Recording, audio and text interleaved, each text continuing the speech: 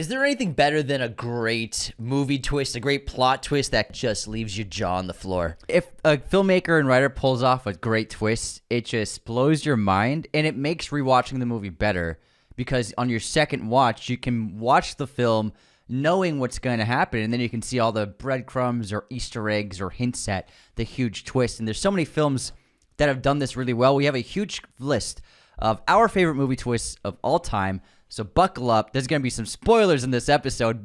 These are all spoilers. Yeah, so this is an entire spoiling every movie episode. So if you've never seen some of these, warning. We'll obviously give you a heads up before what movie we're talking about. And there's a list on the episode, and it's going to be chapters. So if you see in the chapter you haven't seen the film, don't watch that chapter. But if it gets spoiled, sorry, that's what this episode is. That's the title of the episode. It's going to be a lot of fun. And, plot twists, movie twists, they're so exciting. And the tough thing about, growing up in this contemporary world of the internet and the access to so much information is a lot of movies get spoiled for people before they ever see them. You know what I mean? For example, even when we were kids, I'd never seen Return of the Jedi until I was probably 10 or 11. We were pretty late to Star Wars. We weren't really Star Wars kids. We were more like Spider-Man and Superman, Batman. Yeah. And then, but I knew that, spoiler alert, that Darth Vader was Luke's father. That was just part of culture. But now it's all over the internet. Everything's on the internet. I mean, we've spoiled movies for people on TikTok that are 30 years old, and people get upset about it. So 50-something. We spoiled The Godfather for people, apparently. So it's tough to avoid a lot of spoilers these days because of all the information and the ease of access to it. But if you can visit one of these old movies, or you have, and you avoided the spoilers, it's so exciting. It's so shocking. And some of my favorite movies of all time have the great thematic powerhouse of a great plot twist. Now, in terms of plot twist location in a story, it does not always have to be near the tail end of the film. It does not always have to be a third act reveal during the climax. I would say most of the time that is the case, where the big twist happens in the third act, and it's a huge revelation during the climactic sequences of the film, and it's a huge mind-blowing aspect. But sometimes there are twists in the first act that set up the rest of the film, and it's been done a few times really, really well. I've found two films, and I was like, oh my god, that is the twist in the first act that absolutely blows your mind, but then sets the stage for the rest of the film's narrative, and it works really well. So the twist does not always have to come at the end of the movie. Would you like to hear one of those early act twists, James? Yeah, let's hear an early act twist. So a big twist that happens early in a very famous sci-fi action film, one of the greatest action films ever, is Terminator 2. In Terminator 2, now we all know Arnold Schwarzenegger plays a good Terminator in Terminator 2. He ends up being programmed by adult John Connor in the future to help little tiny John Connor in the past. However, for audiences, when they first went to see this film in theaters, and if you watch this film without having known about what it is, James Cameron brilliantly sets up that Arnold Schwarzenegger's Terminator is still looked at as a villainous figure in the first 20 minutes of the movie, whereas the new Terminator, I can't remember the number, T-1000. The T-1000, he is established as possibly being the protector for the film. And James Cameron, brilliantly with this narrative, the screenplay is so good and it's so well done, we think that Arnold is hunting John Connor and that the T-1000 is trying to protect John Connor. They're chasing him through they're locating him through the LA Valley. They're both converging on him in the mall. We think the police guy, he's going to protect John from the villain of the past film. And it all takes this climax in the hallway of the mall where John Connor is found. He finds himself between both Terminators.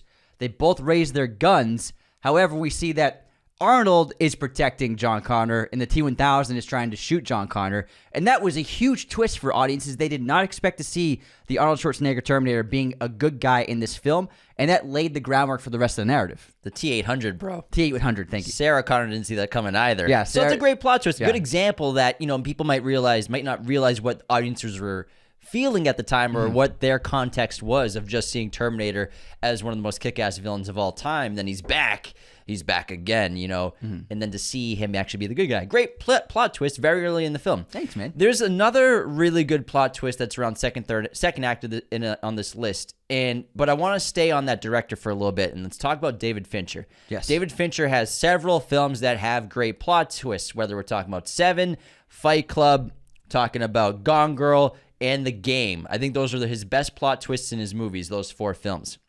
So Gone Girl, great plot twist in this film where Amy Dunn has supposedly been murdered. She's missing. Everyone thinks Nick Dunn is the prime suspect. He's under investigation. But little does he know, big plot twist around the second act that's revealed to the audience so brilliantly. I thought Amy Dunn was dead too, that she faked her death to stage Nick as her murderer. She's going to kill herself eventually, but she just wanted to destroy Nick's life before she framed him for her murder. Brilliant plot twist revealed after Nick discovers all of this web of purchases that she bought, all these things that she set him up for with the panties in his office, the garage full of things that he buys that a typical asshole husband would waste all their money on. And then we see Amy Dunn driving in her car.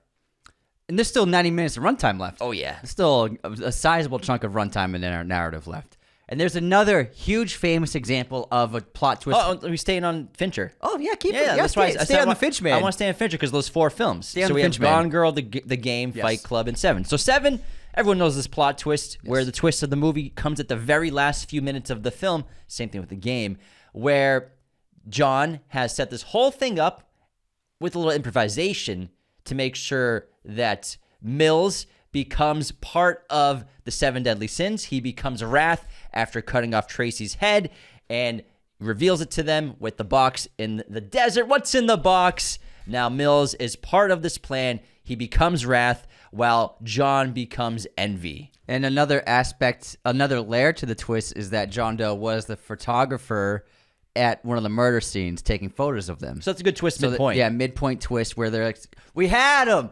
We let him get away. Fucking photographer, man. We had him. Somerset! I have a right to be here, man. I have a right to be here. Surprised you can spell. So that's another great... There's multiple twists with John Doe in that narrative that it's just such a good screenplay. It's such a good screenplay. Genius. Now, should we talk about The Game? The Game. Take it away, Aaron. Now, The Game starring Sean Penn. I mean, not Sean Penn. Well, he's in it. He's in it, yeah, but it's starring fucking Michael Douglas. Really great in this role. Now, Michael Douglas is given a birthday present by his brother Sean Penn, and it's supposed to be, something good for him. However, something crazy starts happening in his life. His life starts falling apart. He's being terrorized. He finds himself in some strange plot of conspiracy and mystery and murder and mayhem, and he's just traveling through the city trying to figure out what the hell is going on, trying to resuscitate the life that he's losing. And then it all converges into a moment where he's ready to kill himself. He jumps off the skyscraper to his death, and he lands in a giant blow-up safety rig. And then he climbs out of that, and there's a party of all his friends and family celebrating him. His brother Sean Penn. It was all a game, and this whole entire elaborate plan was set up to make him realize, I need to learn how to live again. It's a great movie. Great movie. Didn't Amazing. see it coming. Amazing twist. Such a great ending. You think he's pushed to the point of wanting to jump off a building? It might be Fincher's most underrated movie. Yeah, definitely. But Fincher also, based off the book from Chuck Palahniuk, made one of the greatest twist movies in the history of cinema with Fight Club. Obviously one of the best movies ever made, in my opinion. It's, I think, probably his best in his filmography between that and Seven. But Fight Club, everyone knows the plot twist in Fight Club. The narrator and Tyler Durden are the same person. And it's a great reveal. Brad Pitt versus Edward Norton. I'm everything you want to be. I look like you want to look. I fuck like you want to fuck. It's great. Brilliant movie, brilliant screenplay and story, and just expertly directed by the surgical prowess of the man himself, Fincher. This is a movie that I don't think I knew the twist the first time we saw it when we were kids. I didn't know the twist. Yeah, either. I didn't know the twist, so it was really shocking. And then this is one of those films where it's just knowing the twist. It's just still such an enjoyable watch. I mean, even staying on Fincher, more twist. The girl with the dragon tattoo. That's a great twist as well. Yeah, being Martin Vanger being the killer. Yeah, Martin's the killer the whole time. Again, this is a spoiler-filled episode, everybody. Fincher loves his twist. There's no twist in Benjamin Button. He loves twists and he loves serial killers. Yes, except for in Benjamin Button. We've got none of that. Yeah, there's really no and twist. Mank. Yeah, you're right. I'm trying to think of, and then what else has he done? Alien 3, there's not really a twist in that. There's no twist in Panic Room. Nah, not really. No. It's a kick-ass movie. It is a kick-ass movie. Kick-ass movie. But yeah, Dragon Tattoo has a great twist. I forgot about that Dragon one. Tattoo. Dragon Tattoo. Dragon Tattoo. But I would say Dragon Tattoo, you're expecting one of them, the Vangers, to be the killer. You know what I mean? True. So it's not as impactful. But Martin seems a like the most obvious not to be the killer. Yeah, exactly. He puts on a great facade. The glass house is a great metaphor of who he is. What a great movie. Yes. What a great movie. What a picture. All right, now I want to talk about the other gigantically popular, successful film that has a first act twist that leads into the rest of the film narrative. And I'm talking about The Matrix, baby. Now, The Matrix, yeah, it's a twist. it does not have a third act twist. It has a first act twist, and at the end of the first act, we are twisted. Our minds are fucking blown, and we delve into the world of The Matrix. Now, it's set up by, we're in the world with Neo. He's a computer hacker, works in a cubicle, and he just lives online. And then blah, blah, blah, blah, blah, blah. Trinity, Morpheus phone call, all this jazz. They try to get him to join them, but he fails, and the agents take him in. He has a crazy dream, and then he's finally picked up by the other hackers from the Nebuchadnezzar, which we don't know about yet. And they are like, do you want to join us or not, motherfucker? We get the red pill, blue pill choice from Morpheus. He takes the red pill. Let's see what happens. And then his entire world is thrown out the window. We as an audience and Neo learn that the world that we've been in for the last 35 minutes is not real. It's all computer simulation where we've been inside a program, and he's born in the real world. Now, this is one of the greatest twists of all time, but I think flies under the radar because it's not a third act twist. This is such an impactful moment in the story and changes everything. Like, there are rarely twists as impactful as the Matrix twist, but I don't think anyone talks about it because of how early it happens in the film. But make no mistake, it is one of the greatest twists of all time. It's a good point. That is absolutely a twist. And we talked about, I brought up for a quick beat earlier with the revelation that Darth Vader is actually Anakin Skywalker's father from The Empire Strikes Back, 1980. One of the best movie twists of all time, especially living in that era, seeing the Star Wars movies. This is the second film of such a huge cultural phenomenon. Yeah. I can only imagine what theaters were like. They probably erupted, gasps, Avengers Endgame level of raucousness inside the Throwing audience. ices at the screen. Chicken jockey! Crazy stuff. But I think when you're talking about most famous twists of all time, in that ballpark has to be The Sixth Sense. Yes. Also in 1999, same as Fight Club. But we have M. Night Shyamalan, who's infamous for his twists in his movies. We can go to town on all of his movies talking about his twists, but The Sixth Sense is definitely his strongest film, in my opinion, and his best twist of all, where the whole time we have Dr. Malcolm, played by Bruce Willis, trying to work with this young boy with psychiatry, discovers that he has been dead the entire film, and the boy sees ghosts, and he's a ghost. Ghosts. I will disagree with you. What? That I don't think it's his best twist, and I don't think it's his best movie.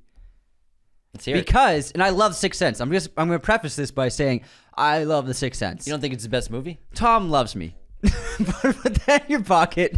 Save it for a rainy day. Tom loves me. I love The Sixth Sense. I think Unbreakable is a better movie and a better twist because you can't shoot any holes in the Unbreakable twist. But you can shoot holes, you can poke holes in the Sixth Sense twist. There's so many instances where it's just like, yeah, okay, yeah. you'll be like, how does he think he's helping this kid? Where did this all get set up? Why does he think he's helping this kid as a therapist? Like, did he think he got hired? And things like Shyamalan sets you up, and he's a trickster in this movie. He's an illusionist. Like, you have Bruce Willis sitting with what's her name? Toni Collette. Toni Collette in the living room waiting for him to come back, the kid to come back from school, and it's like he sets it up making it feel like, oh, they must have had an interaction and just been sitting there. But if you think about it, in Bruce Willis's ghost mind, did he just walk in and just nobody said a word? But then you can defend it by being like, he's a ghost. It's different rules. He probably just appeared there thinking. It's a movie, Anthony. But what I'm saying is you can poke holes in the Sixth Sense twist. But I love it still. Nothing wrong. I think it's great. But Unbreakable's twist, where Sam Jackson's Elijah ending up being the supervillain to Bruce Willis's superhero, setting up all of the disasters, searching for someone with some kind of special ability that's on the opposite side of the spectrum of Mr. Glass. If I'm super brittle, someone must be super strong and unbreakable. And so setting it up that who we thought was Bruce Willis's mentor figure in the film is actually Bruce Willis's villain figure in the film, I think is an exceptional twist. It still is jaw-dropping. If you watch this movie and you just like immerse yourself in it, that twist still hits. And you can't poke any holes in that twist whatsoever. It's really well laid out. And what's cool about M. Night is a lot of filmmakers do their twists somewhere in the third act, or if you're M. Night and some other guys and girls, you do it literally at the very end of the movie with like a couple minutes left. Mm-hmm. And M. Night, that's his bread and butter. He'll hit you with 70 seconds left of the movie with the twist, and you're just like, what the fuck? It's an awesome experience. And then credits roll. The Village, I think, is a great example of that. The Village is an awesome movie. It's really well made. Again, dialogue with M. Night, we always bring it up. His dialogue is always kind of iffy, but the story in the movie itself is fucking phenomenal. I love The Village. Phenomenal! And it's about this little commune, this little town in like 1800s, 1700s, it feels like. Or it could be somewhere in 1600s, like almost like Pilgrim era. This community in the middle of the woods, but they are surrounded by monsters. If they leave and go into the woods, if they leave their clearing inside the forest, then they will be hunted and killed by these monsters that wear these big red robes. There is a blind girl who needs to go get medicine throughout the course of the film. Bryce Dallas Howard plays the lead. Joaquin Phoenix is in this. And Joaquin Phoenix is the one that's injured, right? Who needs medication. He gets stabbed. Gets stabbed by Adrian Brody. Not Adam Brody. It was like the Chappelle Show skit, Real World.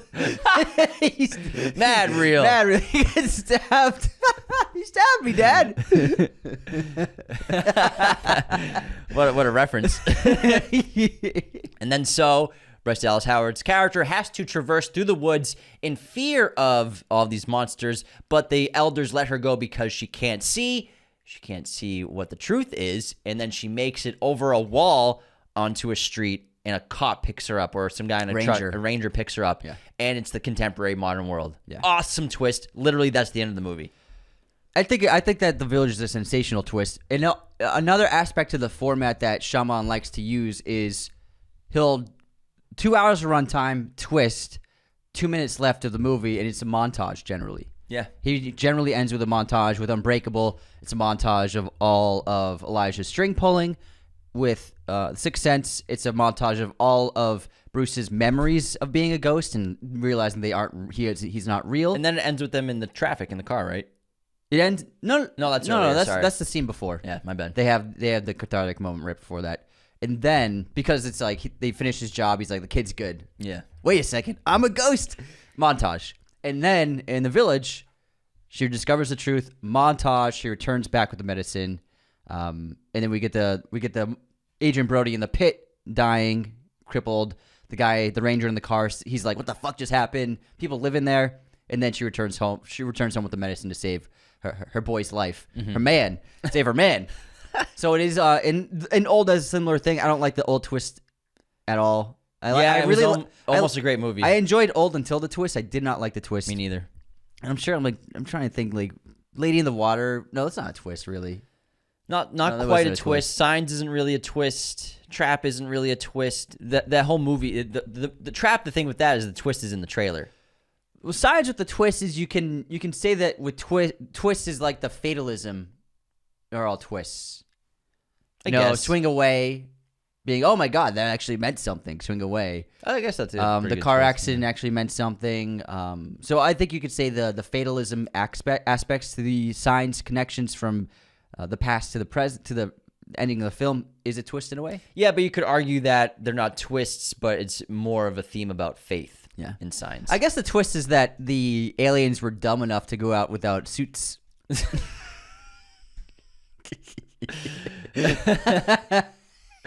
Let's move on. And it happened in War of the Worlds. So that's our M. Night Shyamalan segment on the twists. What do you want to do next? So many to choose Martin from. Scorsese. Let's do it.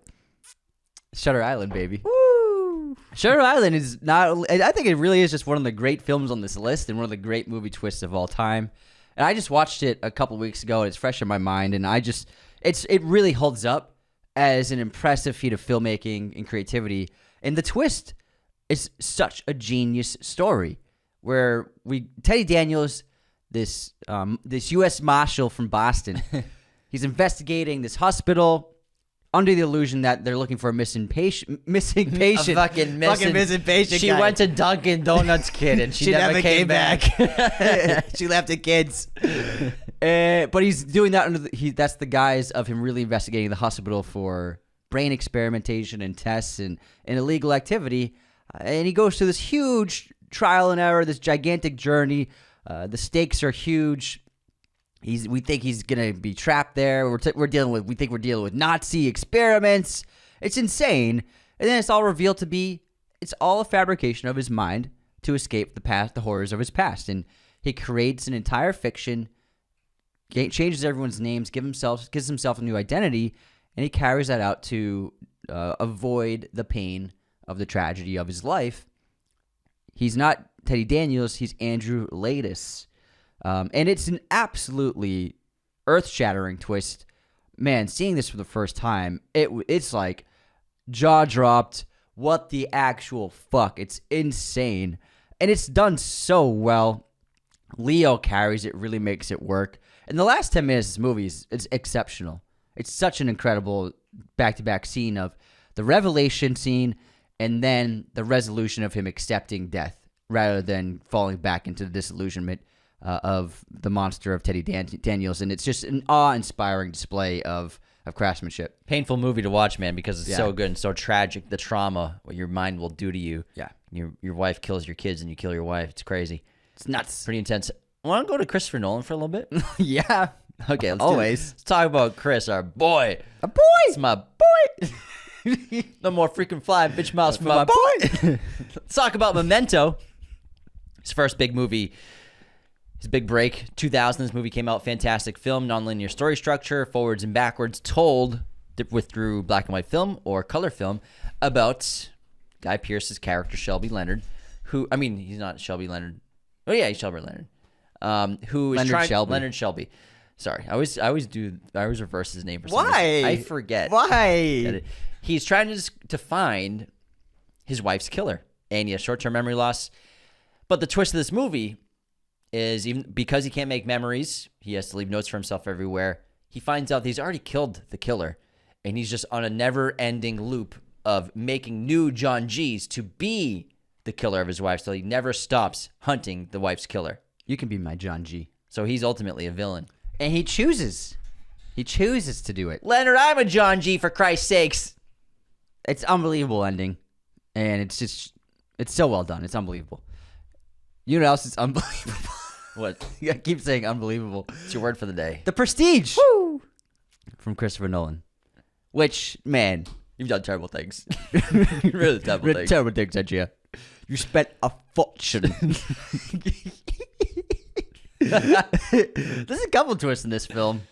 First of all, revealing that Angier was Lord Corley, the guy who bought all of Angier's, the dead Angier's old props and magical devices.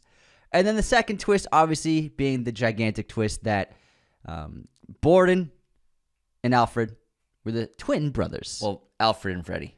Alfred and Freddie. Well, yeah, Alfred. They go by Alfred yeah, Borden yeah. for stage name. Yeah, Alfred I know. I've seen the film. Well, you called Borden by. I'm just saying because like Borden is there as Borden in Seeds. Alfred and Freddie. Al and Freddie. No, I understand. Their last name. Whatever is that guy's name. Yeah, is. it's not Borden. What's his fucking name? It's gonna bother me. The Prestige. Fallon. Thank you. There you go. So we learned that when one brother's playing the magician, the public knows the other brother is playing Fallon. It's a great twist that you don't see coming. No, they're swapping. What do you mean? They swap. I know. No, but you just said one plays The magician. No, one plays... I said when one is playing the magician, the other is playing Fallon. I'm not saying one plays one. And Sorry, one plays the way you other. worded it. No, I worded it perfectly. No, you're not. You're just being. You're over. No, I'm trying to understand. You were wrong about the first thing. I said when one brother plays the magician. You said one brother. You didn't say said when. No, I you said said when. one. You said one I brother. said when. I said when. I said when one brother plays. I said when. We'll see. Anyways, the tapes will reveal they take that. turns playing both roles. There okay? we go. That's it. You need to spell it out for James. No, I'm gonna need to spell it out for you. Oh God. Great twist. I don't even care anymore. I'm just kidding. It's an unbelievable twist that you don't see coming, and it's shocking because what's so great about it is that Nolan's literally showing you the twist from the first scene of the film. He's telling you what this movie is. He's telling you what the twist is. There's two birds, not one bird. There's two people, not one person. Michael Caine's literally saying, he has a double. I don't know how. The only way I know how to do it is with a bloody double. You're supposed to blow the bloody doors off. So Nolan literally, you're only supposed to blow the bloody doors off.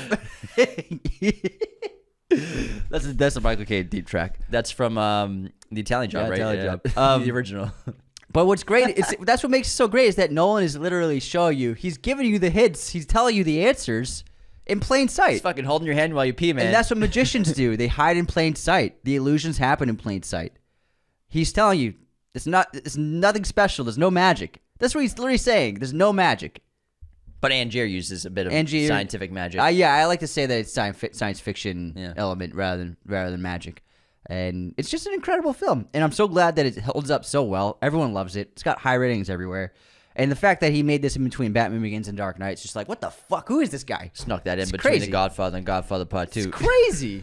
I have a question for you. Yes. Who is Kaiser Soze? It is a bad guy who doesn't have a lip. The Usual Suspects. It's a guy who used to pick coffee beans in Guatemala. Man, when I used to pick coffee beans in Guatemala, the coffee tastes great. Not like this. This is shit. Not like this shit. The Usual Suspects, written by Christopher McQuarrie, Tom's guy. Woo! 1995. What a film. Great twist.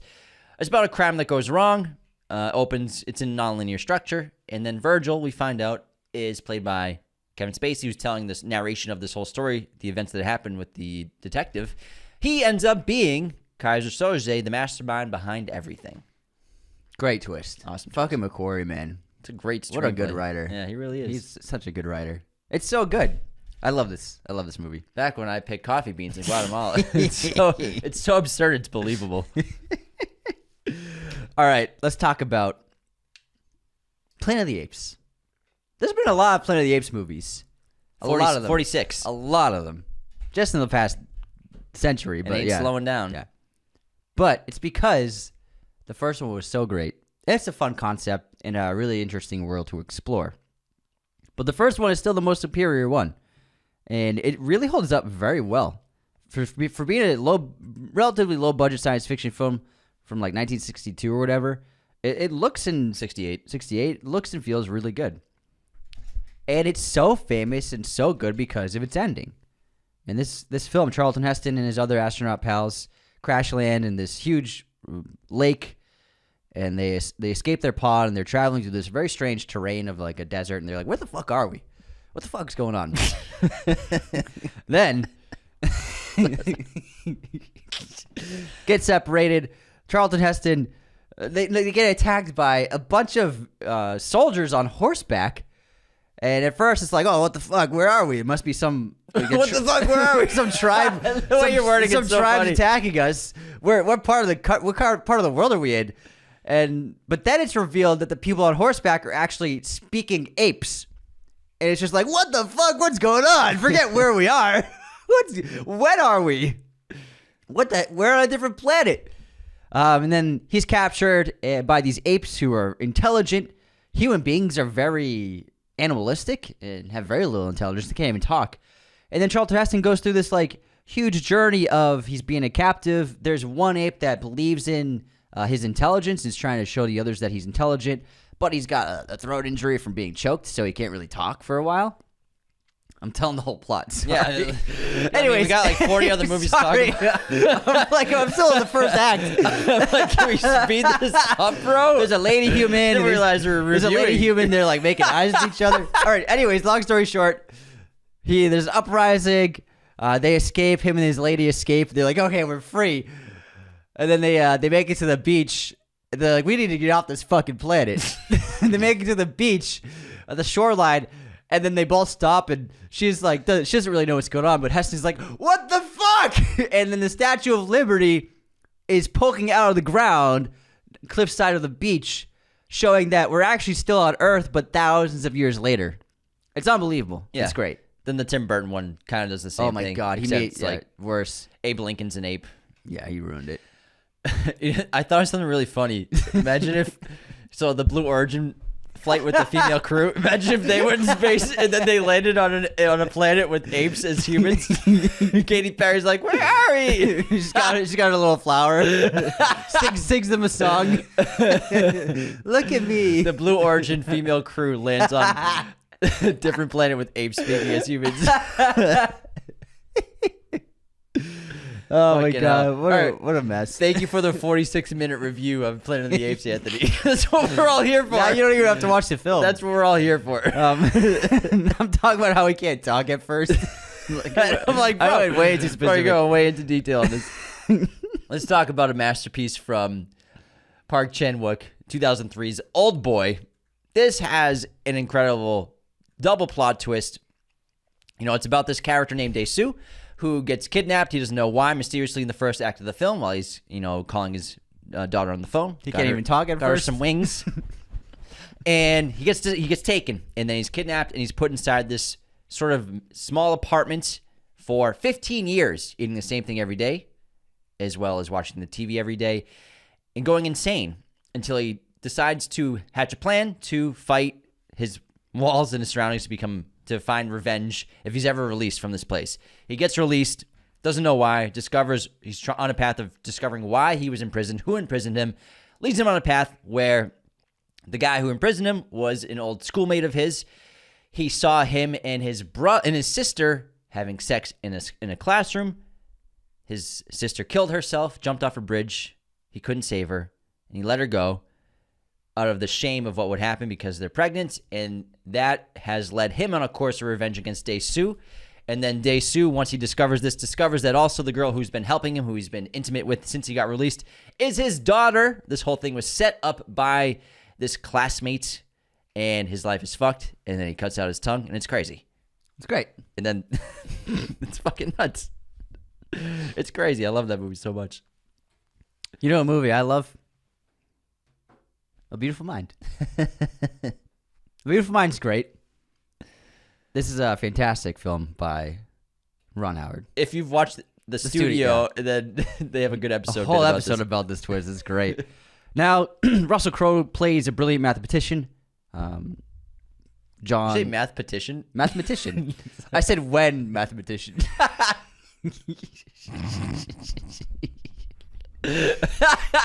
However, he's got some he's kind of weird. He's pretty weird. He also can't talk at first. But Jennifer Connelly really. Yeah, likes Jennifer him. Connelly. Yeah, he's great with numbers.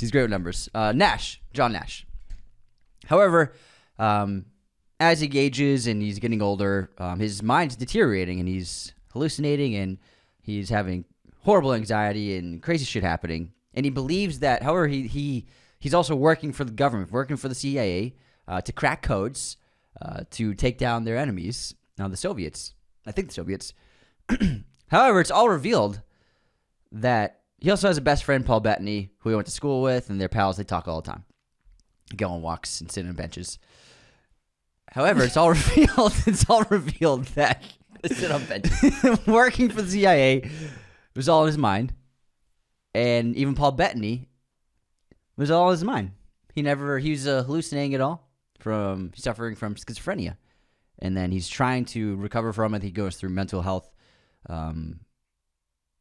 things they do all sorts of things like what do you call it when the metal Shock therapy. Shock therapy, thank you. To try and cure him. And it's about him struggling to to accept what's reality and what's not reality. But Paul Bettany being not being real is such a big twist. And it's just the entire working for the CIA plot too. It's amazing. It's so well done. It is really well done. What should we talk about next? There's so many good plot twists. I would say, why don't we do some horror? All right. I think Get Out is a great example of a recent horror twist that just floored audiences. You know, we have this guy named Chris. He's a photographer. Obviously, everyone knows the story. He goes to his white girlfriend's home to meet her family. But little does he know, he's part of a secret auction where he's been lured into a trap because these wealthy, rich white people and this one Asian guy are going to steal his body and bid for his body and put their souls inside of him, and they will take over his walking body. And it's a great twist because it happens pretty late in the film, and it's so unique, so shocking, and it's such a great script from Jordan Peele. And one of my favorite directorial debuts for sure. He really knocked it out of the park with this one. But it's an awesome twist, and you don't really see it coming at all. I would have voted for Obama a third time. I saw a great meme where it was like, I would have saw Sinners a third time if I could. All right, next up. Keeping it with horror, we have probably the greatest horror film ever made, up there, with Alfred Hitchcock's Psycho. That's a good point. Which also has one of the greatest twists ever. We just saw the Psycho House last week at yeah, Universal. we saw Norman Bates. He came within 6 inches of me. Bro. I was on the back of the bus. Wait, what was that? Wait, what was that? Nothing. How was that? How did that insinuate anything? He came within 6 inches of me. Oh, okay, I get it.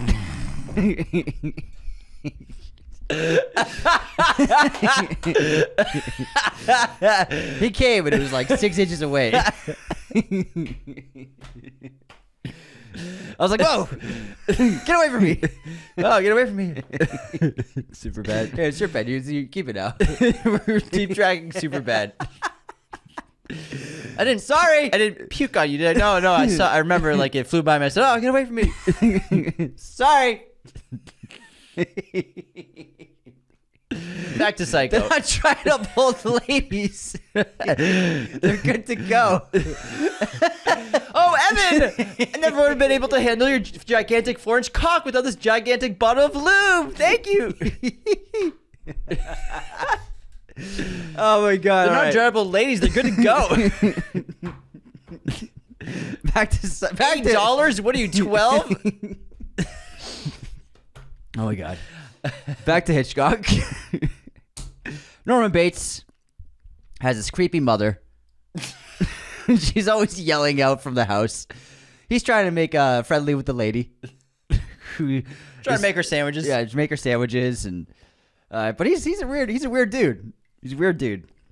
However, when she goes to take a shower, she's murdered by Norman Bates' mom, who surprises her in the shower, stabbing her many, many times. It's great. And then Norman Bates is like, oh shit, look what my mom did. I gotta cover it up. Again. Not again. Dun, dun, dun. He puts the car into the little creek nearby, and then her friends come over to investigate. I'm pretty sure she stayed here. I don't know what you're talking about. Blah, blah, blah, blah. Once they keep investigating, one person's the other lady's inspecting the home while the guy's trying to distract Norman, and he's getting super nervous. And eventually, she goes into the basement and finds Norman Bates' mom, Mrs. Bates, sitting in a chair. She approaches the woman, turns the chair around. It's a skeleton with a wig and a robe. What? And then Norman Bates, dressed as his mom, tries to attack her with a knife, and he's subdued by the guy. Norman Bates was playing his mom all along. Dun, dun, dun! Thanks for the summary. Thanks. Split personality, emotional distress, weird dude. Weird dude. Yeah. Did you see the teaser for Zach Kreger's new film, Weapons?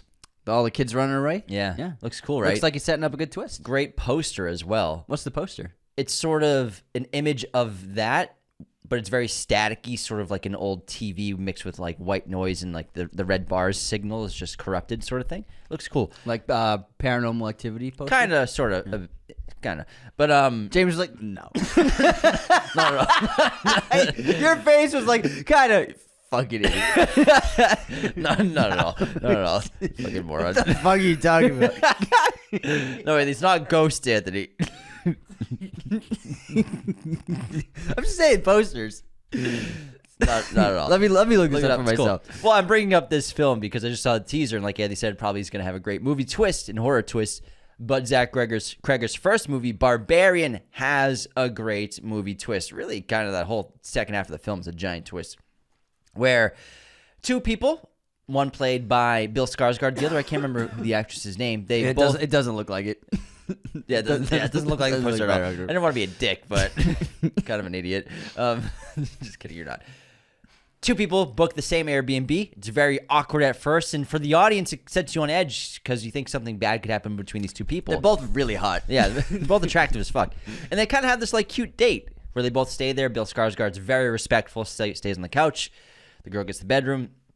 But odd things are happening around the house. Then they discover this basement that leads to this super long hallway and this odd room that has a bed and a tripod for a camcorder, right? And it's just like, what the fuck is this?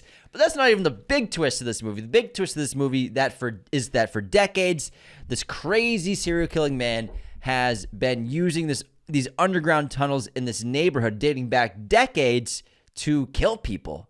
And there's also this woman that's been trapped down there for decades as well. And to like a monster almost. To not just to kill them, but to also let his daughter carry out maternal instincts on them. Yeah. By treating these victims like babies for a little bit. Wild. Yeah. Super weird. It is a It's a weird crazy movie. movie. It's so good too. It's a good twist. Yeah. Very, very good twist. All right, back to Hitchcock real quick. Vertigo. Great twist. We got our guy, Jimmy Stewart. Vertigo. Jimmy Stewart here. He's a great detective, although he's got fear of heights after nearly dying and falling to his death, but being saved last minute in the opening of the film. And he's investigating. He falls in love with this. He meets this woman named Judy. She dies. And then he meets a woman named Madeline. Looks just like her, different color hair, but he's just like, what? He's so endlessly like fascinated and drawn to her because she seems like a true doppelganger of Judy, but for some reason, like it can't be her. And he falls in love with her, not really because of Madeline, but because he was in love with Judy. So he starts like making her dress like her, change her hair color to be like Judy. But it's not good enough. And it's eventually revealed that Madeline and Judy were always the same person. And he was caught in this scheme of murder that she put together with her husband, Gavin. And it's an incredible twist because Hitchcock does an amazing job really making you believe that it's not her and that he's falling into obsession with the death of the woman he loved. And that's what's fueling all of this. But ultimately, he was being played the whole time. It's an amazing twist. And it's really the necklace was the giveaway. The necklace that she wears is the necklace in the painting. And he's like, wait a second. Why do you have that necklace? To stay on Alfred Hitchcock, North by Northwest. North by Northwest basically is kind of the reverse of a twist, where you're waiting for the twist to happen, but the twist is that Roger was an ordinary guy the whole time.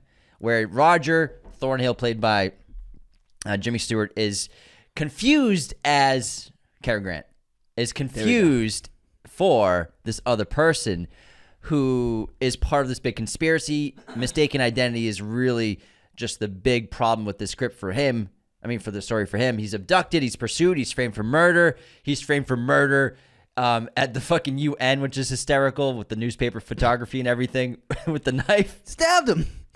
But threw a knife at him. In the whole film, you're just wondering, like, who is he actually Roger Thornhill? Is he actually somebody else? Because Cary Grant's such a good actor, but the story's also, but like, why would they pick this random guy? Like, why pick him? And I love how the twist is that he is just this normal executive. He's not part of this big conspiracy.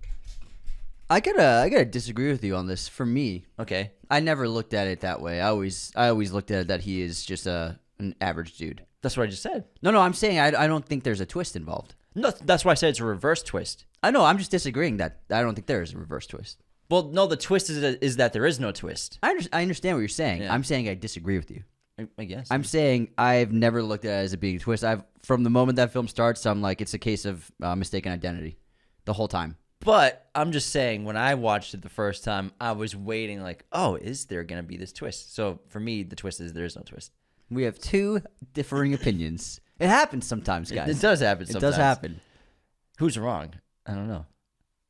I'm not going to say it. It's just a different interpretation. That's true. Well, speaking of interpretations, this has nothing to do with interpretations, but let's take a break. Awkward segue. Go to our intermission. Then we'll come back with some more of the greatest movie twists of all time. But before we continue, the best way to support the podcast and Raiders of the Lost Podcast is to become a patron today at patreon.com/Raiders of the Lost Podcast, where you get access to weekly bonus episodes, ad-free versions of every single episode, and access to our Discord. We have 5 different tiers of membership. Find out which one is best for you and your wallet.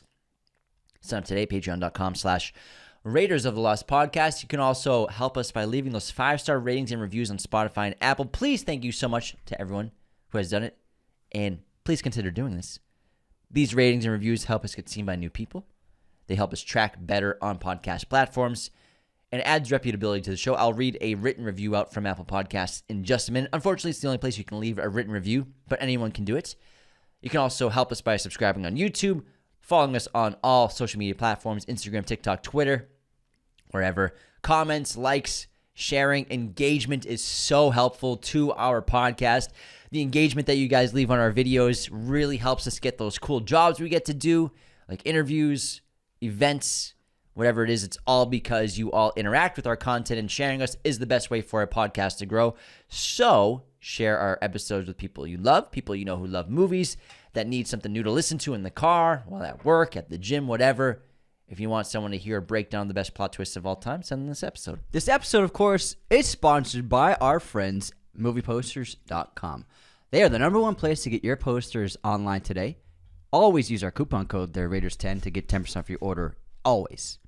They have a huge selection of pretty much every film and TV show imaginable in their poster library, as well as all sorts of sizes, framing, and even backlighting for your poster needs. Look at that backlit poster behind James. Star Wars, Revenge of the Sith. It's beautiful. It's glorious. Double-sided, backlit. It really pops and makes it feel like your home is a movie theater. They have everything from your favorite Hollywood blockbuster, like Sinners, which is selling out like hotcakes. If you can get a Sinners poster, go to movieposters.com. They are going fast. They also have your favorite Hollywood classics, alternate prints, really cool collaborations with really awesome artists who make alternate designs for posters, as well as for all of the cinephile collectors out there, they have a lot of original print lobby cards, half sheets, one sheets, all sorts of posters from back in the day that were displayed in movie theaters decades ago and are now very rare items. You can get all of these things at movieposters.com. Their quality is top-notch, their prices are amazing, and they look so beautiful in your home.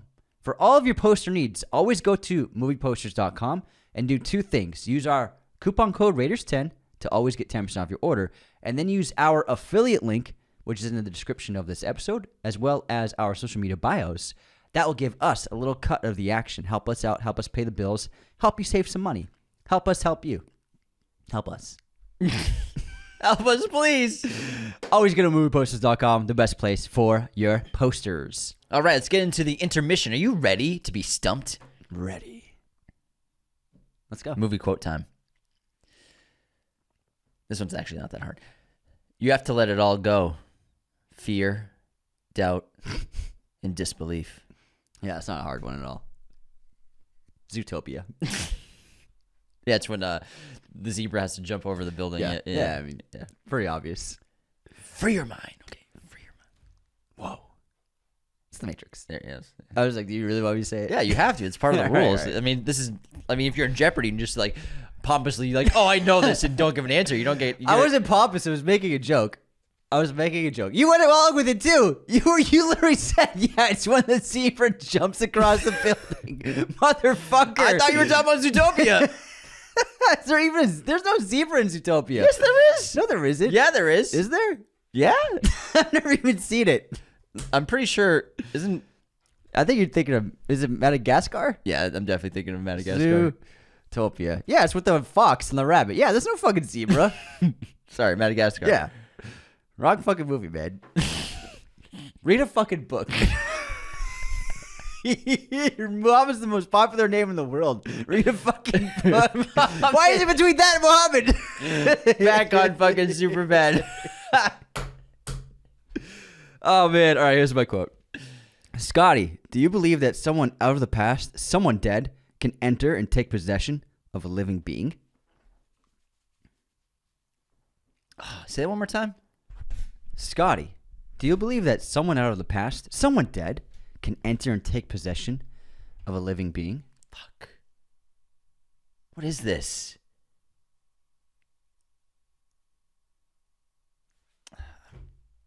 I'm gonna be upset, aren't I? Yeah. What is it? Zootopia. I knew it, man. I knew it was the zebra. There is no fucking zebra. We just said that. It's Vertigo. Yeah. Vertigo. I love how you did your best to not laugh. I was trying so hard not to laugh. Okay, guess this movie release year. I Saw the Devil. 2011. 2010. Damn it. What year did Vertigo come out? 1954. 58. Pop quiz time. What composer scored 2010's Let Me In, the remake of Let the Right One In? Giacchino? Yeah. Yeah. Nice job. Yeah. Matt Reeves. Yeah. J.J. Abrams. Sure. Yeah. Yeah. Very easy. Yeah. Okay, well, there he is pompous again. That was a little pompous. Making a joke's not pompous. All right. How many times has Ben Affleck played real people? And can you name the movies? Huh. Daredevil. 1. Zootopia. All right, let's go with Argo. 1. Argo, fuck yourself. Go fuck yourself.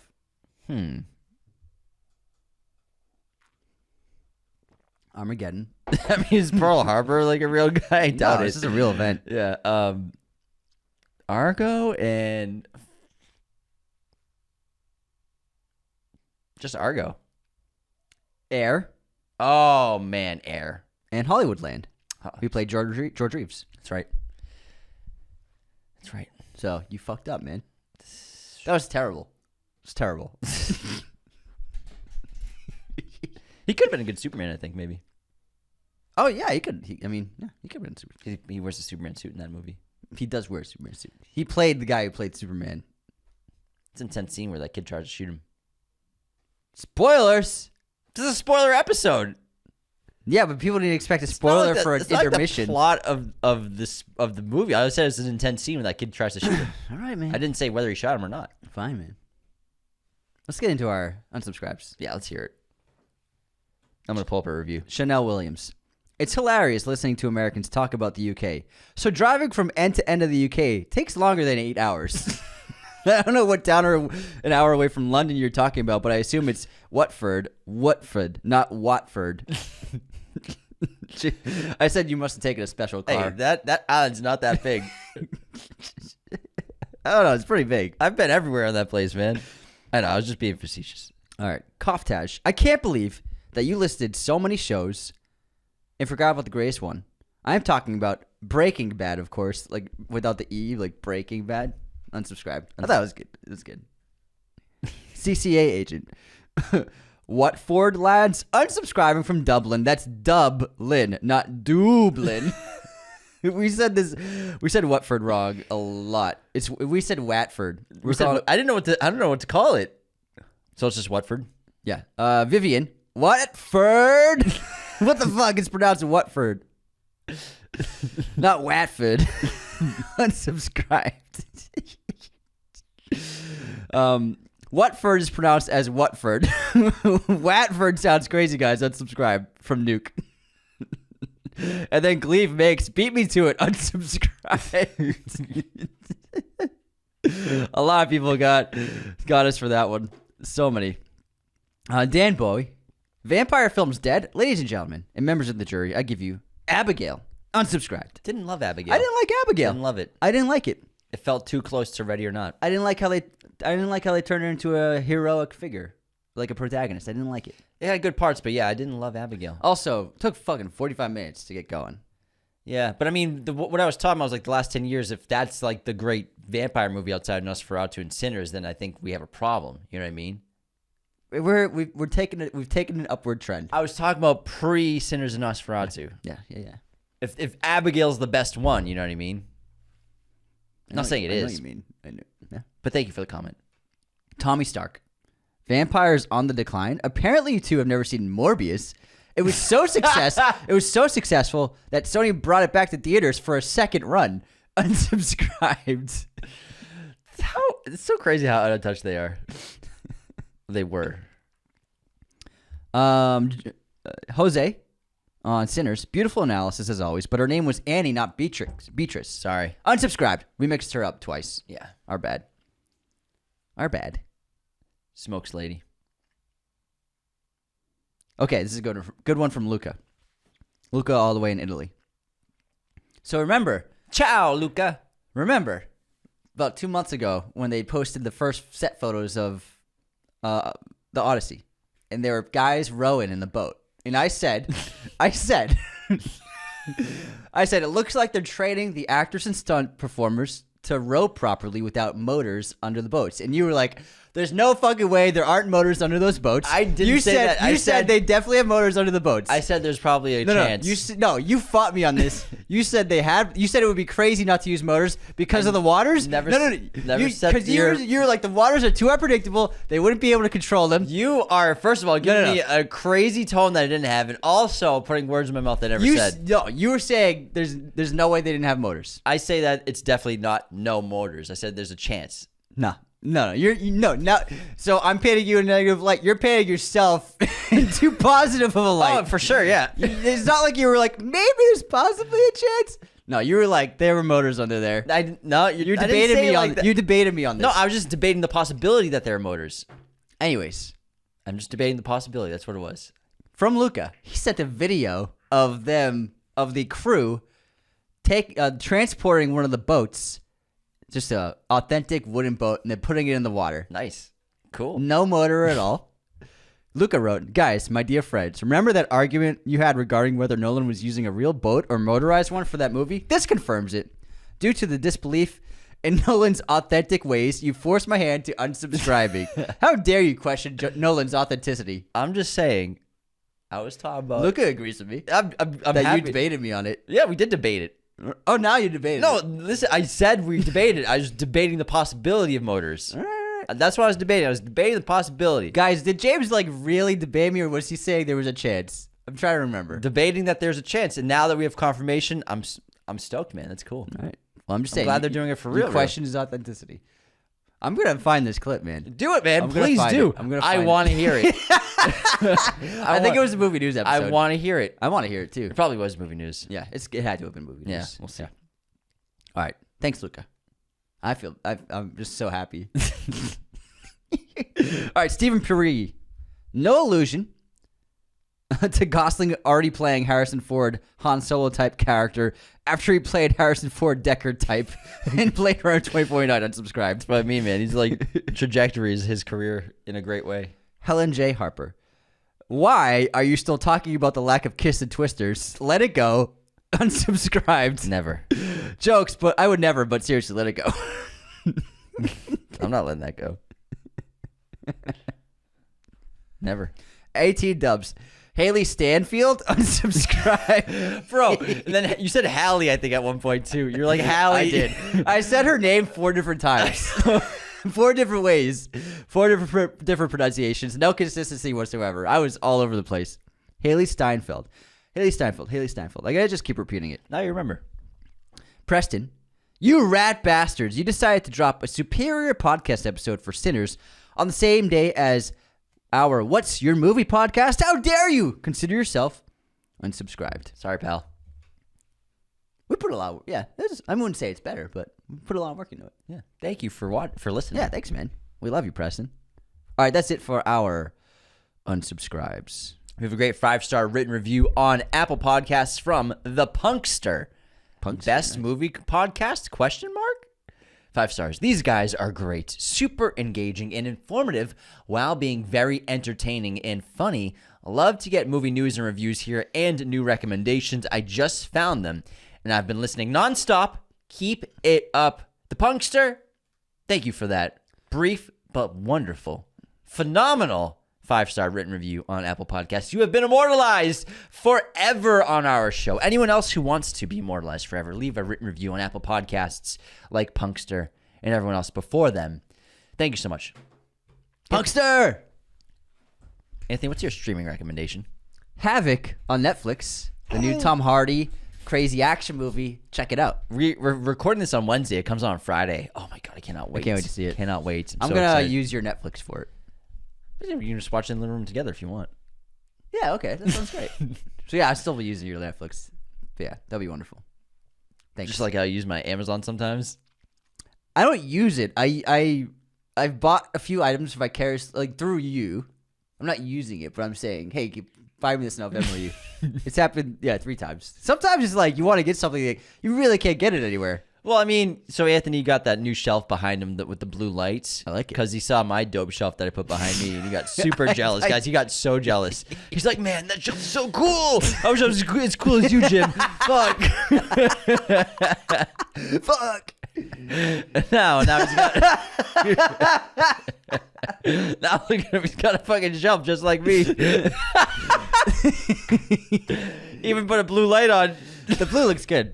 I'm just saying, it looked really good. It wasn't envy. It was like, wow, he made it look really nice. I should make mine look really nice. It was for the show.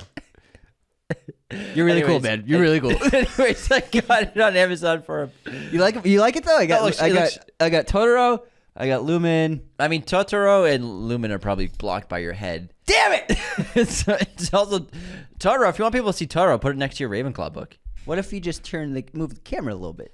Well, I don't know what the shot looks like right now. So, well, no, not right now. He might be in frame. I don't know. Yeah, don't do it right now. But I would like it so that you can see Totoro. Yeah, well, I mean, if you really want to make sure you see him, put him right there next to Pulp Fiction in Ravenclaw. Because also he's not out of focus now. Look at him. Now he's in focus. He's got your same focal length now. And he's got the light on him. Yeah, he looks good. Yeah, it looks really good. Anyways, nice shelf. Oh, well, I also reorganized everything. Yeah, looks good. Yeah, thanks, man. Yeah. My streaming recommendation is going to be Dune Part 2 on Max, just because. Yeah, man. Dune reference. It's amazing. You got to fit the Dune reference in somehow. Yeah, you got to get it. There's no twist. You did it last time, not me. There's no twist in the movie. I mean, yeah, I guess not. Yes. Well, I mean, yeah, there's a twist in Dune Part 2. I guess the twist is Dune the 1, Lady Jessica twist. Well, in Dune 1 has the twist where it's Baron Harkonnen the whole time and the Emperor working together. I don't think it's a twist because we see them scheming. I mean, it's a twist for the Atreides, but not for the audience. You're scheming. We literally had Baron Harkonnen say, "Kill them all." My Dune. My Dune. It's not really a twist. Man. Anyways, let's move into the rest of our episode. Where did we leave off? Anywhere, man. We have a huge list. Let's talk about... How about... Go on, baby, go on. Gone, baby, gone? Yeah. Get into it, bro. Speaking of Ben Affleck and Matt Damon. Matt Damon's not in this, but just, Boston boys. Casey Affleck. Casey Affleck's the lead in this. I saw this great recent interview with Ben Affleck, and the interviewer asked him, does Casey Affleck take direction from you well? And Ben Affleck goes, Casey has a very strong opinion about how he wants to play scenes. He's exceptional in this. It was a really big role for him. This and Jesse James coming out so close to each other really put him on the map acting-wise. But Ben Affleck knocked it out of the park with his first feature film as a director. And it's an exceptional twist. Casey Affleck, Michelle Monaghan, they're investigating a missing girl, disappearance of this little girl who's gone missing, and nothing's adding up. They're asking around, they're investigating, talking to a lot of colorful characters. They go to every Dunkin' Donuts. Hey, you seen this girl? Hey, Mikey, you seen this girl? All right, give me a medium regular. I'll take a Cruella and a small coffee milk.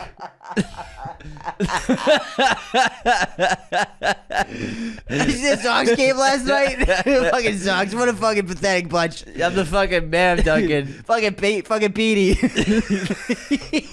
Petey went 8 innings, and they blew it. Oh, yeah, it was like 2007. Pedro. Oh, my God. But it's great because it's a great twist because, oh, my God. There's a couple of characters, Ed Harris and Morgan Freeman, who play superiors in the Force. And they're like, you're fucking wasting your time, guy. She's gone. She's gone, baby. Get gone. your PIs out of here. Go to Duncan's PIs. Oh, my God. And Amy Ryan plays the mom, but she's a druggie. She's an alkie. She goes to Duncan's all the time. She's a shitty mom, but she's still her mom. She's fucking mom. And then it's revealed. Casey figures it out. He's like, I got you. He had 3 Duncans, and he was like, oh, I cracked it. I cracked the case. It's revealed that Morgan Freeman and his wife, who could never have kids, took in the little girl to raise her in a more safe environment and give her a future she would never have. And Ed Harris helped cover it up. And then Casey Affleck figures it out, finds them, and he's left with a choice. Do I let them give this girl a good life, or do I do the moral ambiguity of like, or do I bring her back to her mom, get these guys arrested, and then she grows up in a broken home with a druggy mom? And he does the latter. Yeah, and the tough thing about that decision is his partner and his girlfriend wants to do the opposite. She wants her to stay there, and it destroys his relationship with her. And also, it's the right decision, I think, but leaves the audience questioning what is the right choice. And I think it's such a great twist. Yeah, it's a great twist. Great twist. Really, really great. He had 3 Duncans, and he was like, oh. What, you think she's going to be happy because she gets stuffed animals and Duncans every day? Let's talk about Primal Fear. Yes. One of the hottest roles in the 1990s for any young actors. Everyone was going after this performance that Edward Norton knocked out of the park. Brilliant job. As an altar boy who's on trial for the murder of the priest that he served. And he seems very innocent. Richard Gere is his lawyer. He seems like he didn't commit the crime. But then he reveals that he has 2 personalities. And so he has another personality, a more sinister, darker version of himself. And Richard Gere believes it. He buys it. He's trying to get this kid off of murder based on this dual personality to get him off on insanity so that he can live out in a hospital, basically. But the whole time... Duncans. he just wants to go to Duncan's. But the great twist is that he is the evil one. The innocent version is a fake personality, and it was all an act. It was all a scheme. And it worked. A good plot. It's great. All right, let's talk about Atonement. Atonement, Keira Knightley, James McAvoy.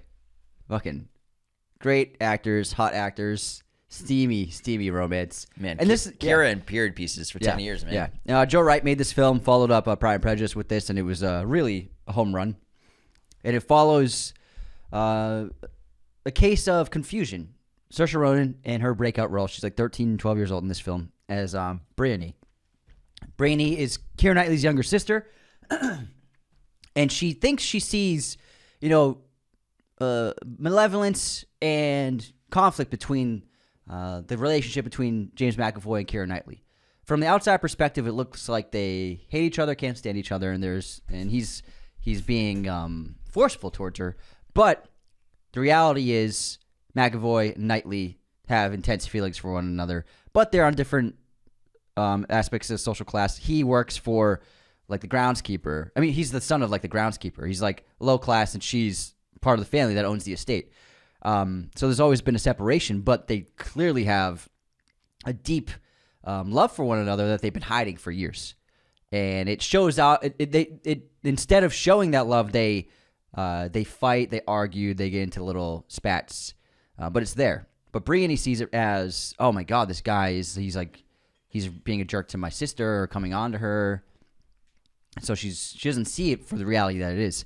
And it leads to a situation of confusion where the boys go missing, and then Juno Temple one of the girls who's visiting, Brienne sees Benedict Cumberbatch's character with her in the woods, and Benedict's character is taking advantage of her, being a young girl, but Brienne misinterprets everything and accuses McAvoy's character as being the one at fault. And this destroys their lives.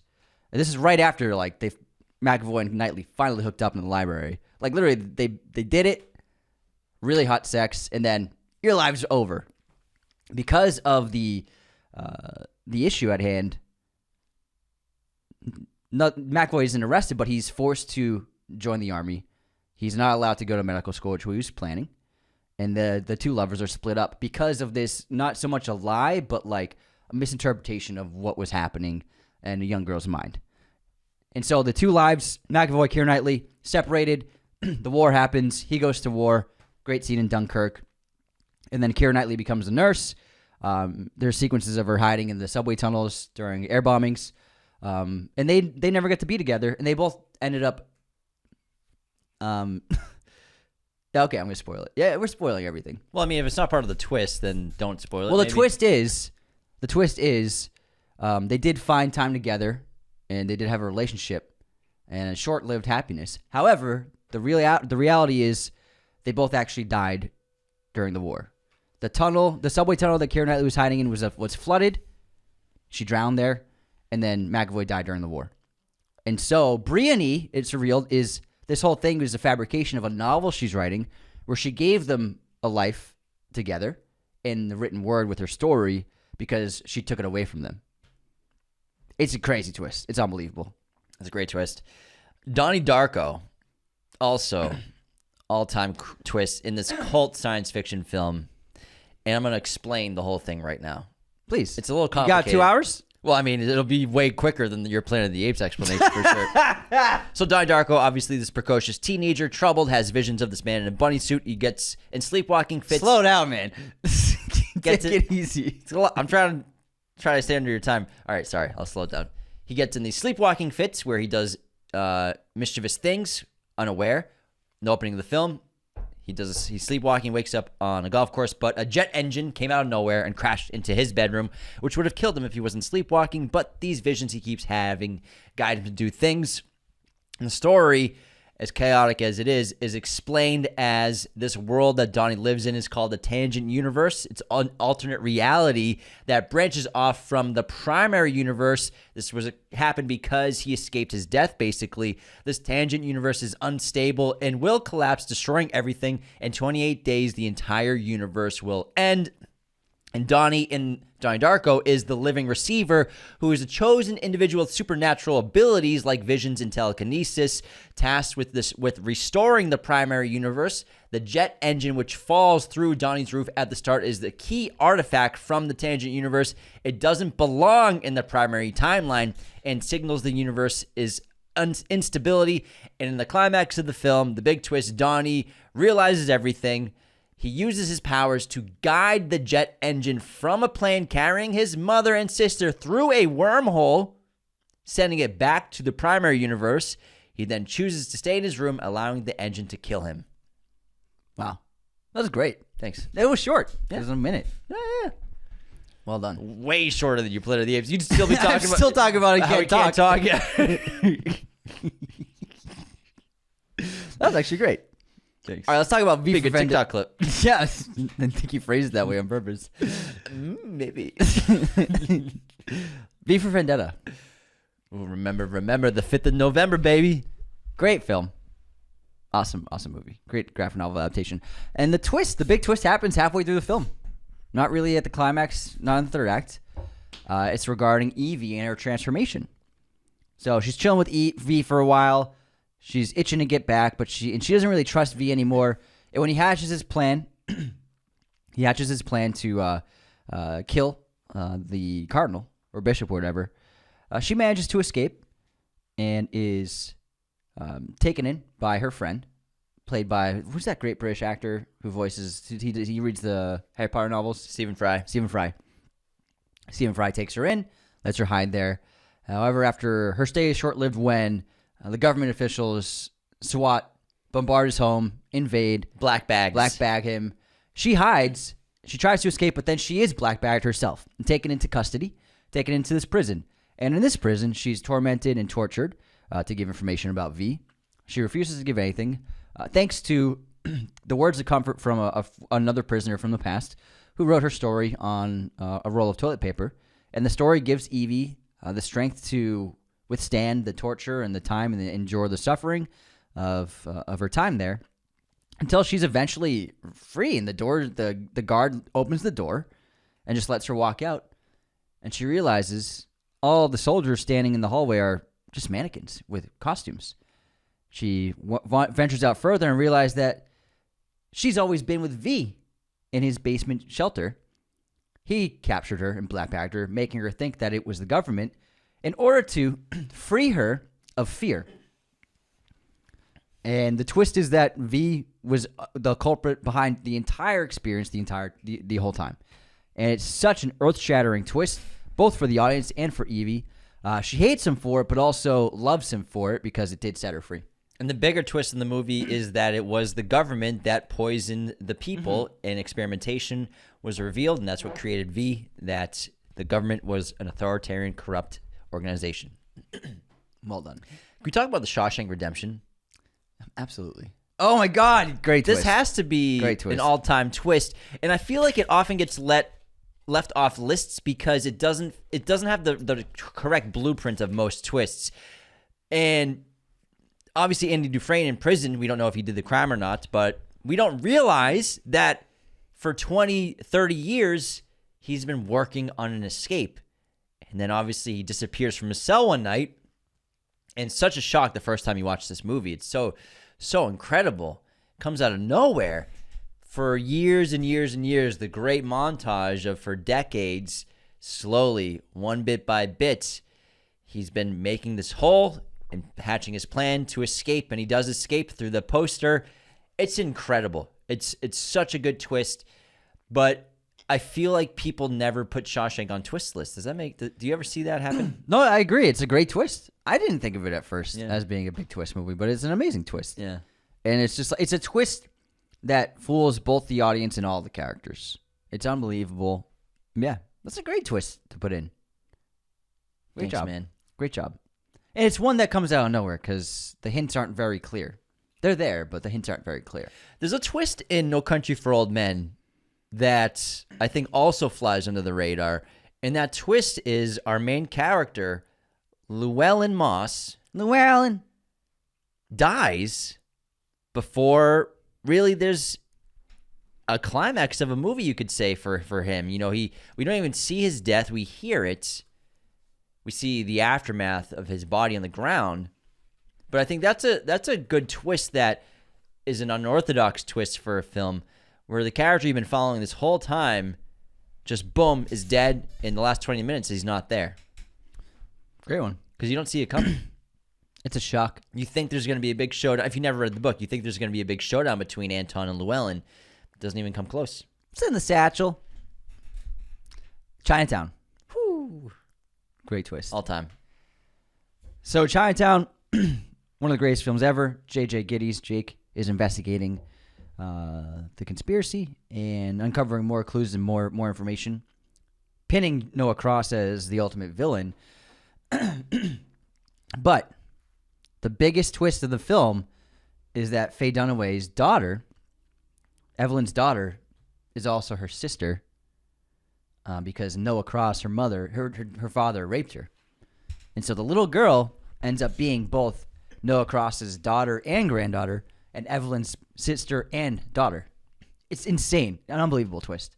It's shocking. You got to get that out of your throat over there. All that laughter. Yeah, all the Duncan D's laughter. Let's talk about Saw. Oh, yeah, man. The movie that's so good, has such a good twist that it spawned 10 more movies. I never saw it coming.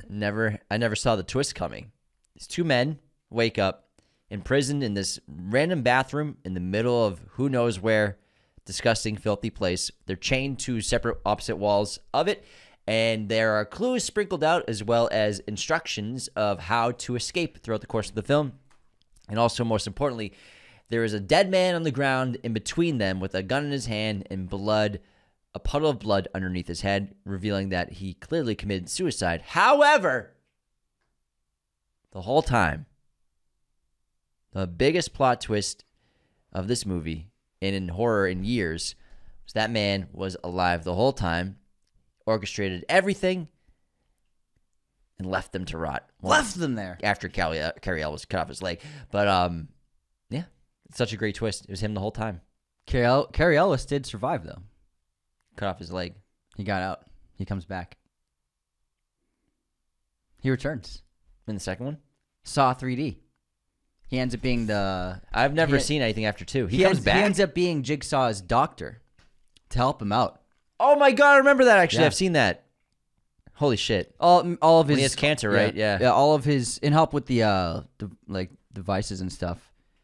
But all of his disciples were victims of his once. Crazy. Who survived. Forgot about that. I forgot about The Life of David Gale. And many of you might be like, what the fuck is that movie? I've never heard of that. It's a movie that, like, it made a big splash when it came out.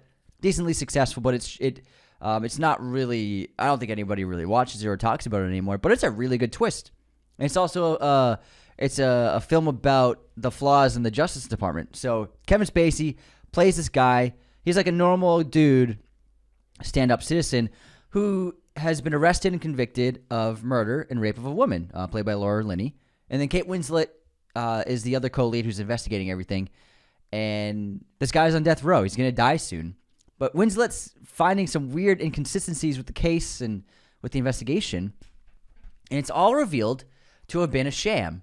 So Kevin Spacey, Laura Linney, and a group of other people, they were this group that wanted to show how flawed the justice system was.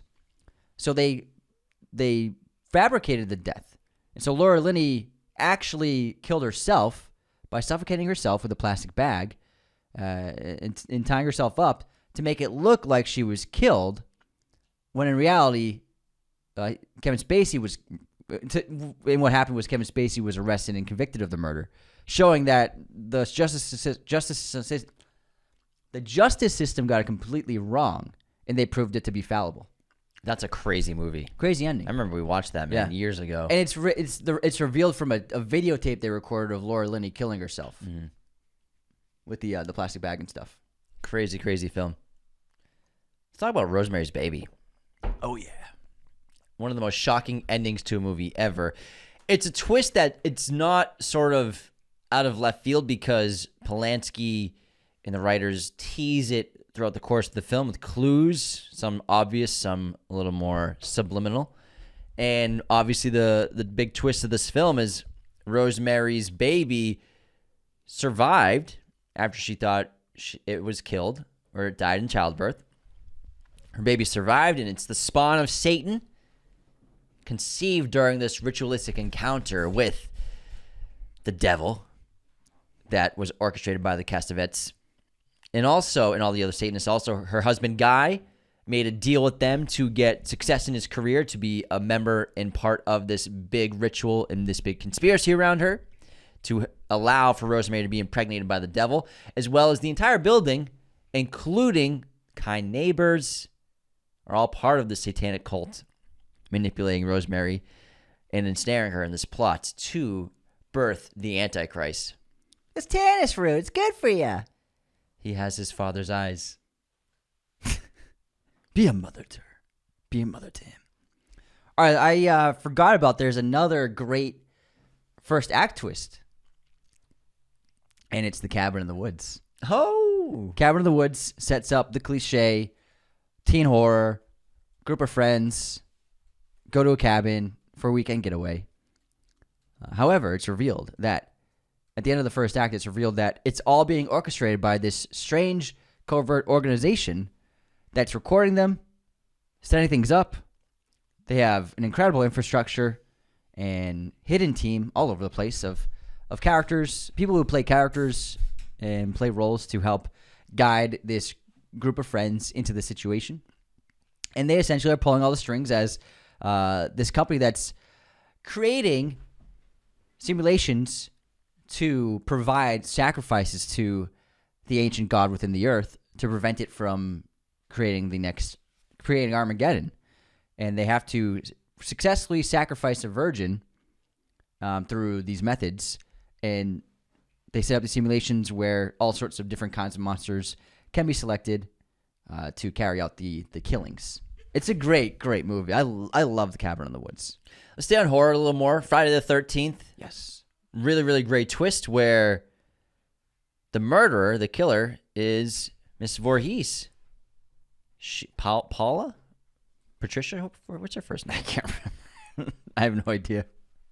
And they're making a prequel series right now that's going to star, what's her name from Grandma's Boy? Linda Cardellini. Linda Cardellini will play Mrs. Voorhees. So the killer in Friday the 13th, as we know from Scream, the opening scene, is not Jason. He's not even in it. But it's his mother. Speaking of slashers, Scream, 1996. I mean, every Ghostface reveal is a twist, but the first one's obviously the best one. Yeah. We have it as Billy Loomis and what's Lillard's name? Stu Maker. Or the two Ghostface killers. And it also the twist being that it's not just one person carrying out the killings, but two people carrying out killings.